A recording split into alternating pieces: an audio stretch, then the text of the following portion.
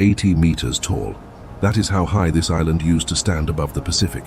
Today, the highest point is around 25, not because the sea rose, because the island was loaded onto ships and sent away. For 80 years, fertilizer trucks in New Zealand sprayed pastures with white powder. That powder had a name. It came from a place. The place is called Banaba, and what is left of it is now sinking back into the same ocean it was sold from. There is a story you have probably heard about a small Pacific island that drowned. That story has a problem. Banaba did not drown. Banaba was eaten. In the next few minutes, 3 things. How a contract written in 1900 turned an entire homeland into agricultural feedstock. Why the worst day in this island's history happened 5 days after the war was officially over. And how the people who survived all of that are now being told, very politely, that the ocean is coming for what is left, and there is nothing anyone can do. Banaba is a single dot in the Central Pacific, 6 square kilometers, smaller than most international airports. The nearest neighbor, Nauru, sits roughly 300 kilometers to the west. Beyond that, ocean for days. For more than 2,000 years, the Banaban people lived here. They were one of the few cultures in the Pacific where individual families owned their own land, by name, by lineage. They had no streams, no rivers. The island had no freshwater lens, like the low atolls do. The Banabans drank from one place, a cave deep underground, where rainwater slowly collected, drop by drop, over centuries. When droughts hit, and they hit often, that cave was the difference between a generation surviving and a generation dying. In 1873, a 3-year drought killed more than 3/4 of the population. Most of the trees died. The survivors lived because of that cave. This is the place a British company would arrive at, 27 years later, with a piece of paper. In 1900, a representative of the Pacific Islands Company landed on Banaba, carrying a contract. The contract said the company would have the exclusive right to mine the island. The lease was for 999 years. The annual fee was £50 The Banabans signed. There is a detail the official documents do not emphasize. The Banaban language did not have a word for what was being mined. Subscribe to Impossible Lands, because the story you are about to hear is not really about one island. It is about how an entire layer of modern agriculture, the food system that fed Australia, New Zealand, the United Kingdom, and parts of Asia for most of the 20th century, was built on dirt that used to be somewhere else, and the people who lived on that dirt are still alive. They are still asking for it back. To understand the contract, you have to understand what was under their feet. Banaba is what geologists call a raised coral atoll. Hundreds of thousands of years ago, this rock sat under the ocean. Seabirds nested on it for millennia. Their droppings, layer after layer, fossilized into one of the densest concentrations of phosphate on Earth. Phosphate. The compound that makes plants grow faster, taller, denser. The compound that turns thin pasture into thick, profitable pasture. The compound modern agriculture cannot exist without. In 1896, a cargo officer on a passing ship picked up a strange-looking rock from a neighboring island and thought it was petrified wood. He took it home and used it as a doorstop. 3 years later, someone tested it. It was almost pure phosphate ore, and Banaba had even more of it. The doorstop had just rewritten the future of 3 continents. The Banabans who signed the contract in 1900 were not selling fertilizer. They were selling a word that did not exist in their language. They were told it was a kind of stone the foreigners wanted to dig up, and that the digging would happen in a small area, and that they would be paid £50 a year for the trouble. None of that was true. Within 2 decades, the digging was no longer in a small area. It was the entire interior of the island. Crews were stripping away the surface in horizontal layers, sometimes 3 meters deep, sometimes 10. The phosphate was loaded onto ships at a wharf the company built. Those ships left full and came back empty. The £50 a year, in today's money, would buy a single second-hand car. By the 1930s, Banaba had become the headquarters of the entire British Gilbert and Ellice Islands colony. More than 2,000 people lived on the island. Most of them were not Banabans. They were imported laborers from the Gilbert Islands, brought in to work the mines, plus Europeans running the operation, plus Chinese contract workers, plus Banabans being slowly pushed to the edges of their own land. The center of the island, where the phosphate was no longer accessible to the people who owned it. They watched their soil leave on ships. New Zealand was the biggest customer. Australian farmers came second. The fertilizer was loaded into low-flying aircraft, the kind with a hopper in the belly, and dumped over green hills in clouds of white dust. Pastures that had been thin for centuries became thick within seasons. Sheep populations exploded. Dairy yields tripled. New Zealand became a developed economy partly on the back of this powder. A researcher who studies the period put it almost too clearly. The fertilizer coming out of the back of those crop dusters, she said, was an entire other country sprayed across someone else's grass. Imagine watching a piece of your homeland fall from a plane onto a field 30,000 kilometers away. That is what was happening, every day, for 80 years. And on Banaba itself, the landscape was changing into something the Banabans had never seen before. As each layer of phosphate-rich soil was stripped, what remained underneath was bare coral limestone, full of jagged spires the miners called pinnacles. Today, the interior of the island looks like a forest of broken teeth. Sharp white stone twisted upward, 2 and 3 meters tall, no soil between them. You cannot grow anything in it. You cannot walk through it without bleeding. Standing in the middle of it is like standing inside a skeleton, the kind that has been picked clean and bleached by the sun. The ground itself stopped being ground. And then the war arrived. In August of 1942, Japanese forces captured Banaba. Most of the European staff had already evacuated. Most of the Banabans had not. The occupation lasted 3 years. During those 3 years, the Japanese garrison ran out of food, then ran out of water, then ran out of shipping connections to the outside world as Allied forces cut off the supply routes. Conditions on the island deteriorated for everyone, but especially for the local population, who were beaten, starved, and worked into the ground building defenses. Most of the Banabans were eventually deported to other islands, Tarawa, Nauru, and Kosrae, to make room for Japanese soldiers and Gilbertese laborers brought in to fish for the garrison. Roughly 200 Aikiribati men were kept on Banaba specifically to catch fish every day for the troops. By the summer of 1945, the war was visibly ending. On the 15th of August, Tokyo announced surrender. The radios on Banaba received the news. The garrison knew the war was over.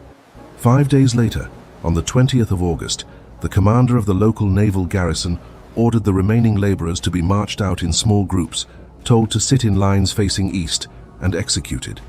Estimates of the death toll on that single day range from approximately 150 to 200. There was one survivor. His name was Kabunare Kura. He was in the last group marched out. As they sat there waiting, a Japanese soldier began asking each man how old he was. Kabunare understood what was about to happen and ran. He made it to a cave system inland, the kind of underground formation Banabans had used for water for generations, and he stayed there. He stayed there for more than 4 months, alone, underground. The dripping of rainwater through limestone, the dark, the smell of his own clothes after weeks. He listened to the island go silent in a way it had never gone silent in his lifetime. No boats, no machinery, no voices on the wind. He did not know whether the war was actually over. He did not know whether anyone else from his group had survived. He did not know whether he would ever come out. He came out in December. By then, Australian forces had reoccupied the island, and the surviving Banaban population, the ones who had been deported to Nauru and elsewhere during the war, had already been collected and put on a ship. Kabunare's testimony at the Rabaul war crimes trials was the only direct eyewitness account of what had happened on the 20th of August. Without him, the massacre would have been a rumor. This is the second thing about Banaba most people do not know. The worst single day in the island's history did not happen during the war. It happened 5 days after the war was officially over. The orders went out anyway. While Kabunare was still hiding underground, a decision was being made for the surviving Banabans, the ones who had been scattered across other Pacific islands during the occupation. They were told they could not go home. They were told the Japanese had destroyed their houses on Banaba, that there was nothing left for them to return to, and that the British government had purchased a new island for them in Fiji, called Rabi, more than 2,000 kilometers to the south. They were not given a choice. On the 15th of December, 1945, the first ship arrived at Rabi carrying 703 Banabans, of whom 318 were children, plus 300 Gilbertese. They had spent the war in Japanese internment camps. Many had lost family members. They were exhausted. They climbed off the ship onto a wet, tropical, mountainous island, completely different from the dry coral atoll they had grown up on. There were almost no buildings. There was no infrastructure. There was nothing prepared for them. They were given tents. They were told this was their new home. There is one detail about that arrival that historians have spent decades trying to make people understand. The houses on Banaba had not been destroyed. They were still standing. The reason the Banabans were told they could not go home was not the war. It was that the British Phosphate Commissioners were preparing to restart mining as soon as the island was clear of inhabitants. An island full of people asking questions about their soil being put on ships was a problem. An empty island was not. They were not relocated because the war had taken their homes.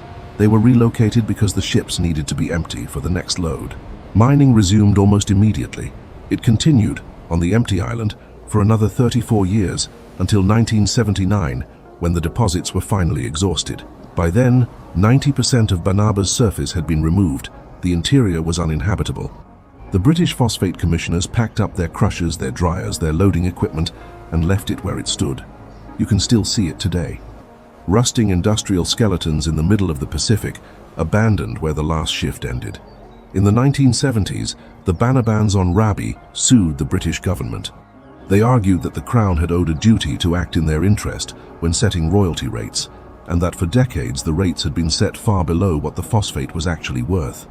The case ran in the High Court of England and Wales for years. It became one of the longest civil cases in British legal history. They lost most of it. The court ruled that the word trust, in the relevant 1927 mining ordinance, was not used in the technical legal sense. In 1981, the British government offered a single payment of 10 million Australian dollars in exchange for the Banabans dropping all further legal claims. The community, exhausted and underfunded, accepted, spread across thousands of people, across decades that money is gone. Banaba's phosphate, by the time mining ended, had generated revenue that, in modern terms, runs into the billions. The community received the equivalent of a small house in Sydney, per family. Once. And here is where most documentaries end. The mining stopped. The community got a payment. Time moved on. But Banaba did not get to move on, because the ground that was left behind kept being ground.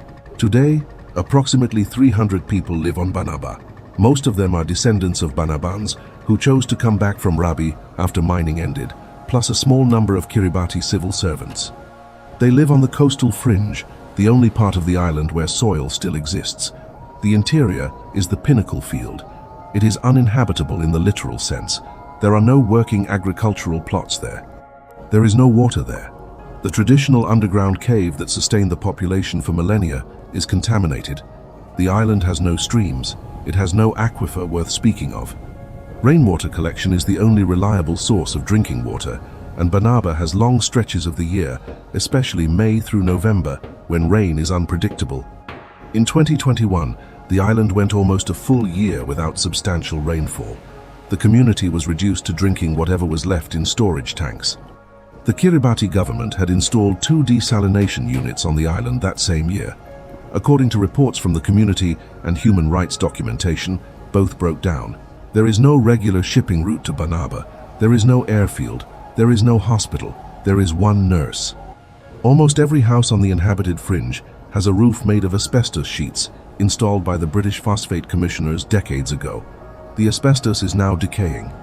Removing it is not realistic because there is no ship to take the waste away and no place on the island to dispose of it. The residents live underneath it. And then there is the elevation. Before mining, Banaba's highest point stood at roughly 80 meters above the Pacific. After mining, the average elevation of the inhabited zones sits between 20 and 30 meters.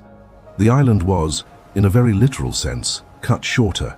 Sea levels in the central Pacific are rising. Nearby islands in the Kiribati group are already losing low-lying land to flooding. Banaba is technically still a high island, which is the only reason it has not flooded yet, but its margin against the rising ocean is roughly half what it was 100 years ago. The same process that fed sheep in Otago took 50 meters off the island's height. Climate change did not do that. A contract did. There is a phrase researchers who work with the Banaban community use to describe what happened here. They did not lose their island. Their island was shipped ton by ton to fertilize someone else's grass. That is the sentence Banabans want history to remember, not as a metaphor, as a description of physical fact. The grass in pastures across New Zealand and Australia, the wheat and barley that grew in soils enriched by superphosphate, the milk that came from cows grazing on those pastures, all of it carried, in trace amounts, the bone and coral remains of an island that was scraped down to its skeleton. Every glass of milk poured in Wellington in 1960. Every wool sweater knitted in Melbourne in 1970. Every loaf of bread baked in Auckland in 1975. Somewhere in the chain that produced those things was a piece of Banaba. The people who lived there are still alive. They are still asking for the soil back. They are not going to get it. 80 meters above the Pacific. That is where this island used to start. 25 is where it stops now. Somewhere between those two numbers is everything Banaba lost, and everyone who paid for it without ever knowing they were buying it. So here is the question. The next time someone tells you that a small island in the Pacific is being lost to climate change, ask whether anyone bothered to check what was lost from it first. Subscribe, hit the bell, and I will see you on Impossible Lands.